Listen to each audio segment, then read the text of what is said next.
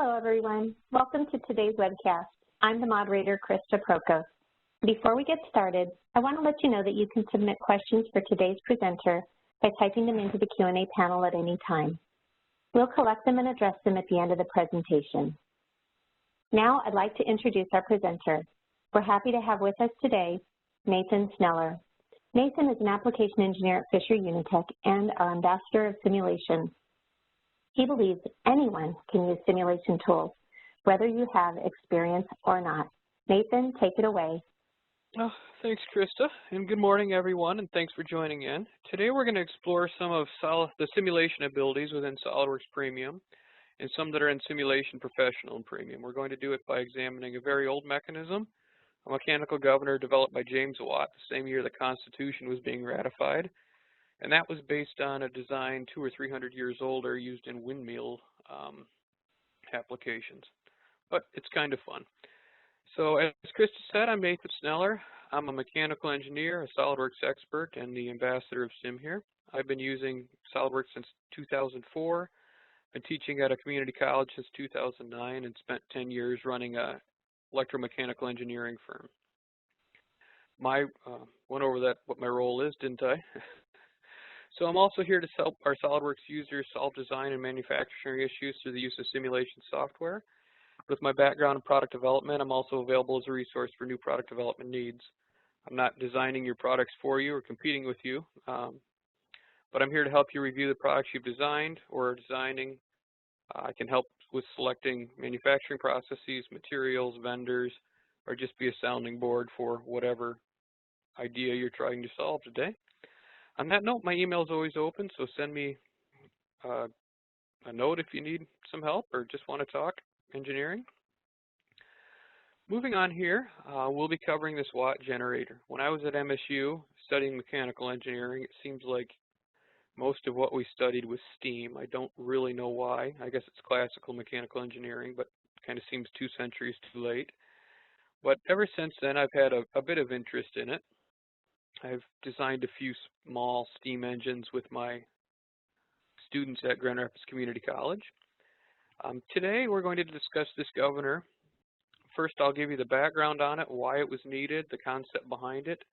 Then we'll talk about various methods of simulating motion within SOLIDWORKS and use the governor to talk about the advantages and limitations of each of these simulation tools. Then we'll use the last tool to explore motion and generate the data we need to use in structural analysis. And once we get to the structural simulation portion, we'll look at a load from continuous motion, just what it's going to see day in, day out. We'll optimize the design for, we'll say, worst case loads. And finally, we'll look at a complete abuse where we expect the part to be broken, but we want it to break safely type situation. Then I'll wrap it up and take questions. So let's get started here, for real this time. Here's a video, I didn't take it, oops, in Sydney, Australia, of an original Watt and Bolton engine. So it's going to show the flyball governor off in the corner here. You can just kind of see it poking in. It's going around about 40 RPM. The thing is huge. So Watt's governor didn't use a spring, but instead used the force of gravity to hold the throttle open and harness the inertial forces of the masses going in a circle to force the throttle closed. The concept is the same as a modern governor, which typically uses a spring to make miniaturization much easier. We're not going to get into the spring-based one today. Just for simplicity, we're going to stick with Watt's gravity-based one. But if there's enough interest, I might do a webinar on that in the future because I think it'd be kind of fun. And perhaps we could try it out with our new desktop metal printers that Fisher Unitech carries and make it work. So SOLIDWORKS has between 3 and 5 levels of motion simulation depending on how you count. There's animation, basic motion, motion analysis, which is only time-based, motion analysis, which is event and time-based, and then dynamic FEA, which is kind of a hybrid between motion and structure. And we'll touch on that one at the very end. So Wile E. Coyote here is the guy you need to think of when you think of animation within SOLIDWORKS. Wiley gets to run off the cliff and stay there because the laws of physics and gravity and things like that don't apply in cartoons, and they don't apply in SOLIDWORKS animation either. It's great for making pretty pictures. You can couple it with PhotoView 360 or visualize and make photorealistic animations, but you can't extract any useful data or expect the animation to behave in any physically relevant way. And just to demonstrate what that looks like, now these balls could just flop right in a gravity situation. There's nothing to stop them from bonking into each other. But you see for the first 2 seconds nothing happens, and as this thing spins up to 40 RPM or so, or 70, I forget, the balls don't change at all because, like I said, physics doesn't apply. And just for fun, it's about as accurate as how Warner Brothers calculated Bugs Bunny running off a plane. So moving into the next level of motion simulation, we have basic motion. This brings in the idea of physics. You can see the balls did drop there. I don't think I had contact set, so they didn't bounce off each other. And as it gets up to speed, the balls fly out, but it's not terribly accurate. And for this reason, SOLIDWORKS doesn't allow us to extract data from these motion studies. The balls rise from the spinning motion, but the time when they rise or how high they rise isn't accurate enough to use for actual design. It's more of a gut check. Does this thing work? Does it go up and down? When it spins, does it fly out, kind of thing. For Watt, he might have used this kind of basic motion as an intermediate step to look at his concept. Maybe show it to his investors. Do the weights rise under the rotation? Did the linkage operate the valve and move it as it is expected? Modern day, we might use something like this to verify that our mates are working how we'd want before we go into the next simulation or motion program. And this is where SOLIDWORKS Premium comes into play. The first two, animation and basic motion, are available in all levels of SOLIDWORKS. As you get into motion analysis, that comes as part of the SOLIDWORKS Premium package, and it's included in all of the simulation packages. Now here I've chosen 4 different RPMs to simulate in motion studies, motion analysis. 40 RPM was chosen because it's at an idle speed. You'll notice the balls never rise out of the little guide there, which is an idler. That is used to set the minimum valve setting for the throttle, just to keep it running. 55 and 70 RPM, looks like 55 didn't want to start, show normal design criteria. So if you're targeting, say, 60 RPM, 55 and 70 are both values that would be normally expected. 85 RPM was taken as an overspeed condition, just to see what happens when it goes too fast. And you notice that the arms actually fly out of the guide.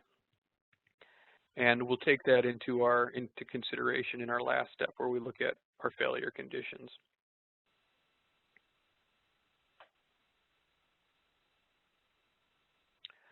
In motion analysis, motion can be simulated in a realistic manner. Things fall as they would in real life. Inertial forces are pretty accurate.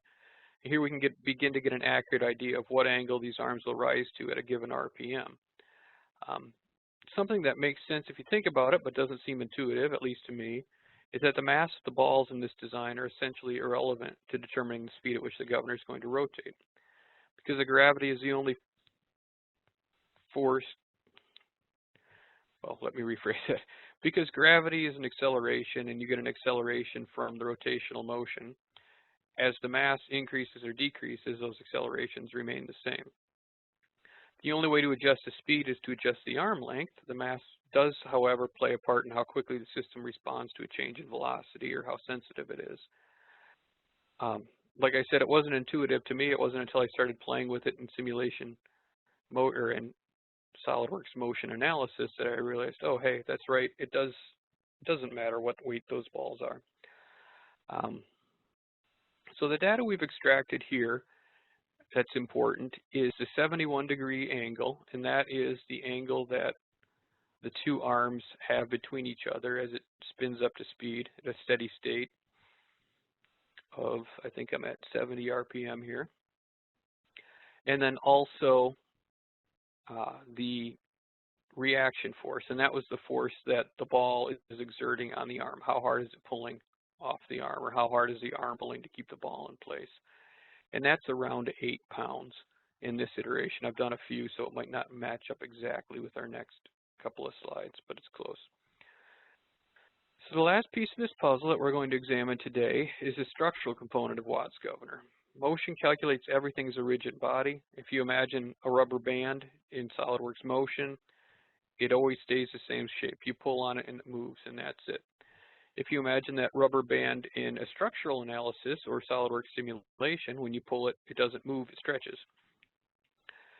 Now, we're doing a linear simulation in this study and the next study, and in that case, things don't move, they just stretch, compress. It's an examination of how elements of a part or assembly change shape under load. Now, I've broken down that roughly 8-pound reaction force into a vertical and horizontal component. You see that on the left. That's our normal operation. And then we have our extreme load, which would be a 4G stop. I'm not sure what would cause that, but that's what we're going to design to. And we're going to simulate how the rod holds up under normal conditions.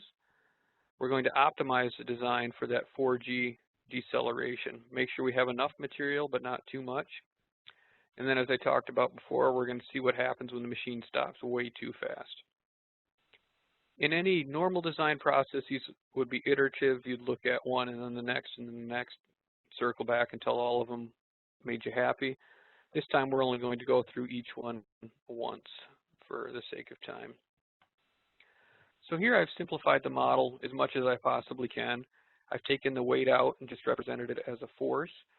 And you can see that in normal operation, it's only generating 178 pounds per square inch of stress. And the yield on this steel bar is 32,000 PSI, so we're fine. And that makes sense too. If you think about it, you could pick up a bowling ball with a piece of yarn, but it's not real strong in other directions at all, but very easy in a steady state condition. So where the design begins to get complicated is when the rotational velocity changes. Instead of just pulling on the arm in tension, the weight tries to bend the arm. It's like trying to bend a ruler. It does it fairly easy, and you can break it just by holding it and trying to bend it on both ends. So one method, I ran a static study on this one. I applied the load that we talked about earlier. I think it was 19.5 pounds, 4 times the mass, 4 times the weight of the ball. And then for a factor safety of 2, I took the yield strength of the material, steel. I'm not sure which one I use here. I think it's AISI 1015. And took half of that. So 23,000 was my goal. It's a little hard to see on the screen, but optimization 7 is the one that SOLIDWORKS chose for me. I gave it a minimum value of 1/4 inch, a maximum value of 3/4 of an inch, and then just told it to run in 50 thousandths increments. It went through all those. It came back with 550 thousandths as the ideal diameter, which is just under 9/16. Doing a little math, a 9/16 rod versus a 3/4 rod is a 44% savings in material, which can add up if you're going to make something for 200 years.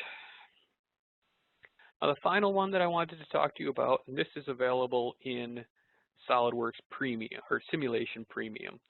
The design study was available in Simulation Pro. You could do that same study, you just have to iterate yourself within Simulation. Sorry. They name these things so similarly, I always stumble over them. So SOLIDWORKS Premium can do the linear study. You would have to do your own iterations. If you want to go to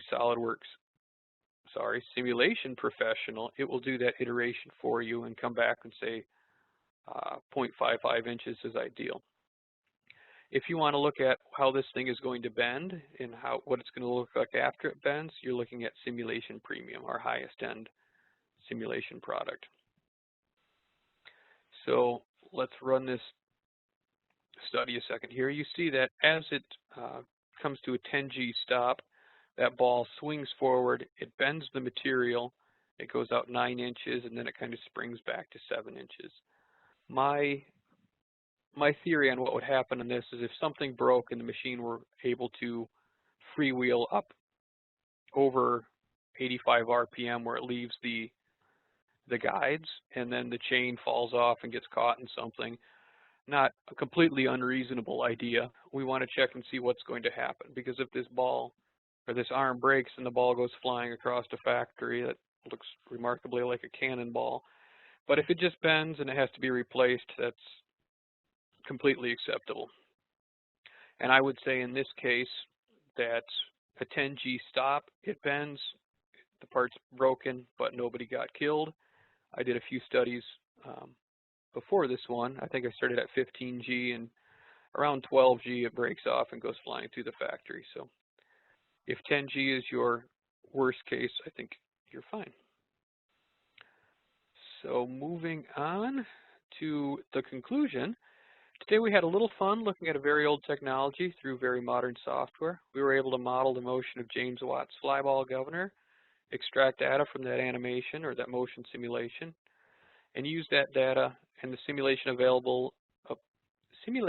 abilities available in SOLIDWORKS Premium to evaluate the validity of our take on Watt's design. I think we have to be fair and point out that Watt developed this thing 200 years ago without SOLIDWORKS Premium. And since almost everything that creates or consumes power is measured in either a unit named after Watt or one named by Watt, which is horsepower, it's possible to get by without these simulation tools. However, using simulation tools, especially those as user-friendly as what's in SOLIDWORKS, and is readily available to anyone who has SOLIDWORKS Premium, it can take days, weeks, months, or even years out of your design cycle. In addition to some of the things we did today, SOLIDWORKS Premium has many other features in the upper levels of SOLIDWORKS and also in the upper levels of SOLIDWORKS simulation that can be very useful. With events-based motion, you can simulate how changes in speed affect the system and how quickly the device returns to its design speed. With the pressure vessel simulation tools, you could evaluate how a tank, water holding tank, might behave in an earthquake. And there are also frequency study tools. Now in a low speed engine like this, frequency is probably, harmonic response is probably not a real issue, but in something like a modern day generator or lawnmower or car, vibrational loads or harmonic loads can be the design weakness. Hopefully you've seen enough in this webinar to pique your interest in what you can do with SOLIDWORKS Premium, or perhaps open your eyes to difficulties within your company that you could easily solve with some of these simulation tools. At the very least, I hope you enjoyed our, I was hoping for 18, but 23-minute break from your regularly scheduled activities.